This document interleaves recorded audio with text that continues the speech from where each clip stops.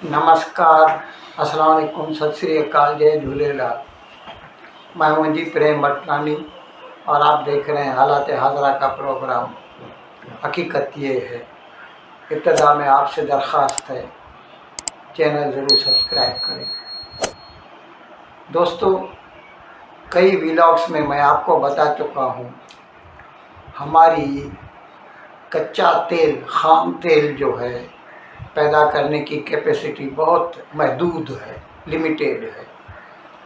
तकरीबन 85 to 90% we have to import it from outside. और ये जैसे आजकल जंग जारी है ईरान और अमेरिका की, ऐसे दौर में तो और भी मुश्किल हो जाता है। और लेकिन ये भी मैं आपको बताता रहा हूँ इसके साथ साथ कि हमारी रिफाइनिंग कैपेसिटी जो है, oil refining capacity, it is on the rise day by day. वक्त गुजरने के साथ साथ बढ़ती चली जा रही है। और हम कच्चा तेल मंगवाकर उसको रिफाइन करके और फाइनल प्रोडक्ट्स जो होती हैं, जैसे पेट्रोल है, आईएसपी डीजल है, केरोसिन है, बिटुमेन है, ऐसी चीज़ें जो है बनाकर दुनिया को बेच रहे हैं।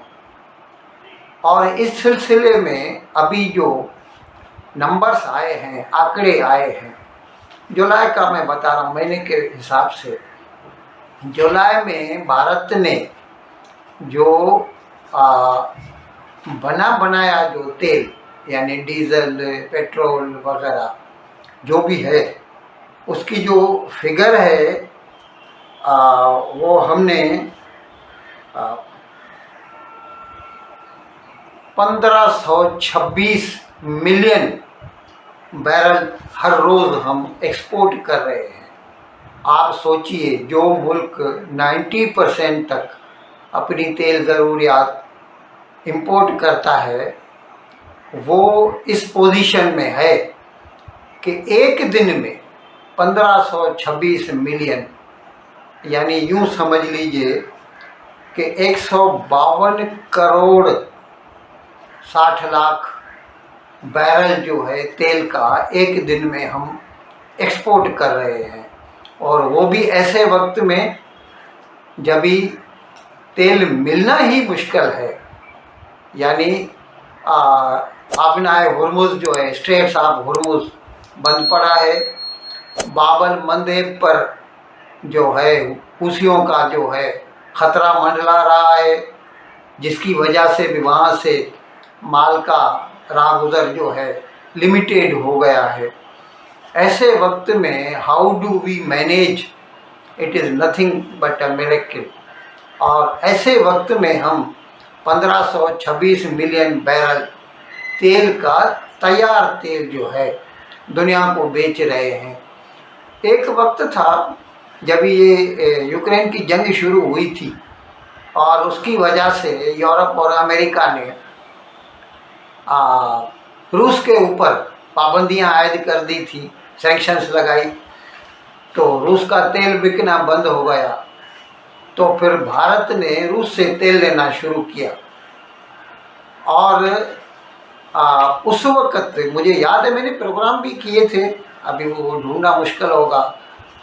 उसमें यूरोप ने भारत के ऊपर इल्ज़ाम लगाया था। एक प्रोग्राम था, भारत का जो वज़ीर ख़ारजा एस जयशंकर, उससे यूरोप के जो प्रेस पीपल थे वो पूछ रहे थे कि तुम लोग रूस से तेल दरामद करते हो और उसको प्रोसेस करके और डीजल बना के तुम यूरोप को बेच रहे हो, अमेरिका तक को बेच रहे हो, क्या इस तरह से तुम रूस को उसकी जंग में मदद नहीं कर रहे?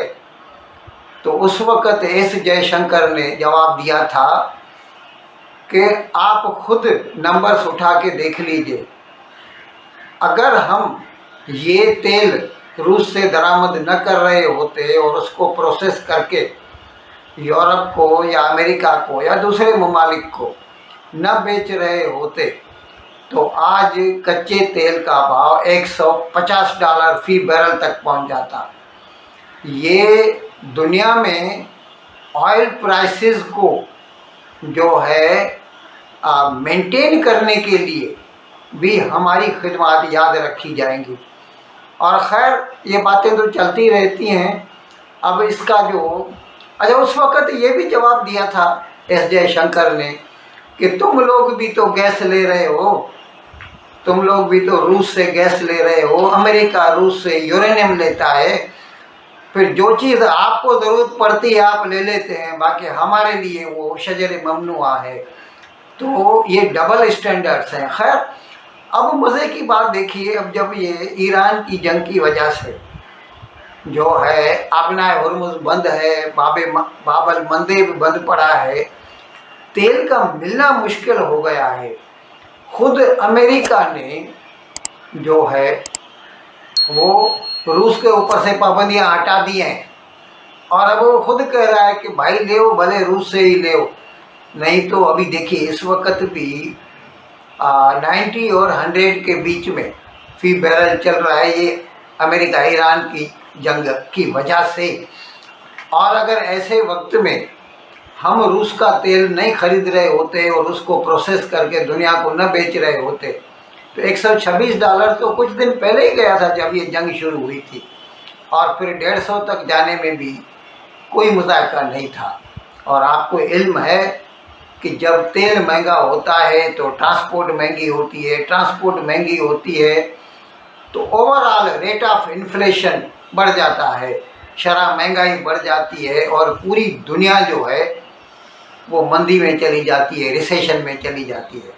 खैर मैं आपको हिंदुस्तान की बात बता रहा था कि एक ज़माना था, कहते थे कि जो पिछड़े हुए मुल्क हैं, जैसे भारत था अंग्रेज़ों के ज़माने में, यहाँ से कच्चा माल एक्सपोर्ट होता था, यानी जैसे कॉटन है, हम कॉटन एक्सपोर्ट करते थे, और अमेरिका लंदन इंग्लैंड से मैनचेस्टर से बना बनाया कपड़ा ख़रीदते थे।